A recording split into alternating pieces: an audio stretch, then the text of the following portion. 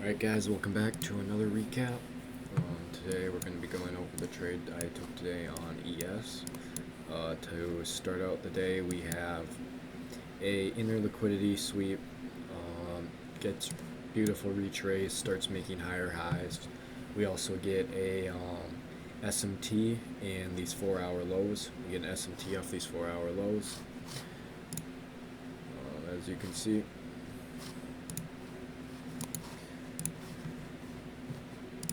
Go down into 5-minute, and right away on market open, this SMT stays true where it doesn't sweep, and Nasdaq decides to go down, sweep those hourly lows, creating a giant SMT divergence. So ES would be our leading. We see a leg up. We don't get as big as a retrace as I wanted.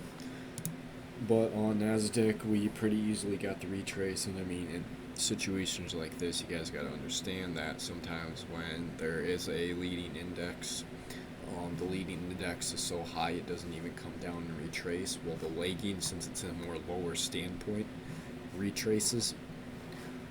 So ES didn't retrace necessarily greatly, but it retraced pretty close and kept maintaining bullish order flow. Let's go down into 1 minute and find this 1 minute confirmation. So the confirmation for me was we have this fair value gap never being able to be closed under. We get rejection out of it, break structure, enter right here. Immediately, first take profit gets hit, comes down.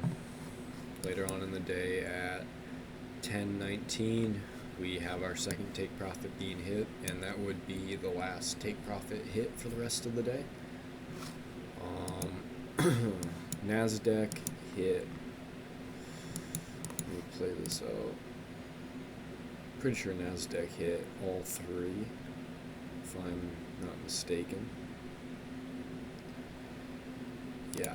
Nasdaq did end up hitting all three take profits, which was interesting because it managed to push higher than the leading index while it was being the lagging, and maintained a lot more like bearish order flow, while ES was creating a lot more bullish.